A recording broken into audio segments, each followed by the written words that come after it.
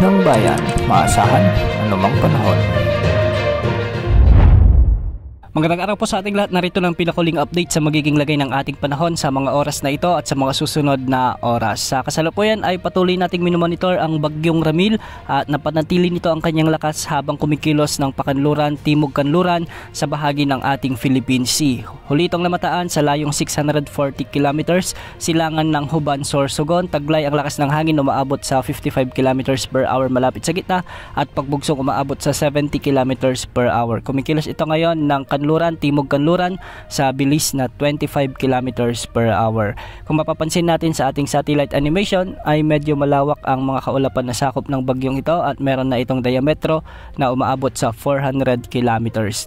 Dahil dito nakataas na ang tropical cyclone wind signal number 1 sa ilang bahagi ng Isabela, sa ilang bahagi ng Quirino, sa buong Aurora, sa silangang bahagi ng Nueva Ecija, sa southern portion ng Nueva Vizcaya, sa ilang bahagi ng Bulacan kasama ng Bolillo Island at Quezon Province, sa buong Camarines Norte, Camarines Sur, Catanduanes, Albay, Burias Island, sa may Sorsogon, Ticao Island, Northern Samar, Samar Province at Eastern Samar. Ang mga lugar na ito ay posibleng makaranas na ng mga pag-ulan at pagbugso ng hangin sa susunod na 36 na oras. Kaya maghanda at maging alerto sa banta ng mga posibleng pagbaha at pagguho ng lupa. Base sa latest forecast track na inilabas ng Pag-asa, sa ngayon ay magpapatuloy ang pagkilos ng bagyong Ramil ng pakanluran, timog kanluran, at mamayang madaling araw ay posibleng lumakas ito bilang tropical storm category. Base sa mga track naman ng Pag-asa ay inaasahang posibleng dumaan ang sentro ng bagyo bukas ng hapon sa may Catanduanes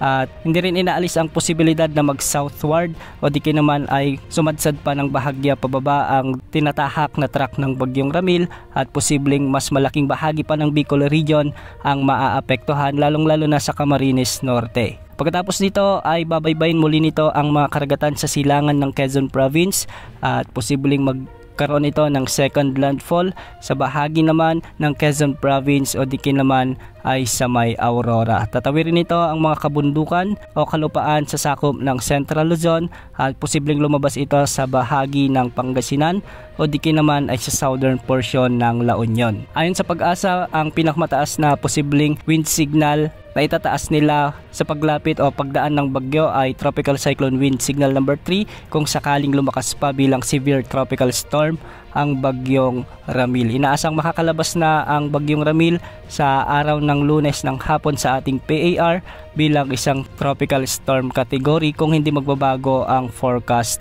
nito. Ngayong araw nga dahil sa bagyong Ramil, asahan na ang maulan at may mga pagbugso ng hangin sa Bicol region, Northern Samar, Eastern Samar at Samar Province. Samantalang trough ng bagyong Ramil naman ang magdadala ng maulap na kalangitan na may mga kalat-kalat na pagulan at thunderstorms sa Metro Manila, Calabarzon, Isabela, Bulacan, Aurora, Oriental Mindoro, Occidental Mindoro, Marinduque, Romblon at ang nalalabing bahagi ng Visayas. Easterlies naman ang magdadala ng bahagyang maulap hanggang sa maulap na papawirin na may mga isolated rain showers and thunderstorms sa nalalabing bahagi ng Luzon. Sa Mindanao, localized thunderstorms naman ang inaasahang weather system na magdadala ng mga pag-ulan lalong-lalo na ngayong hapon at gabi. Samantala wala pa namang nakataas na gale warning sa mga karagatang sakop ng ating bansa, ngunit ang mga pag-alon sa northern at eastern sections ng Northern Luzon at eastern section ng Central Luzon ay posibleng umabot hanggang 3.1 meters. Antabayan na ng mga susunod na update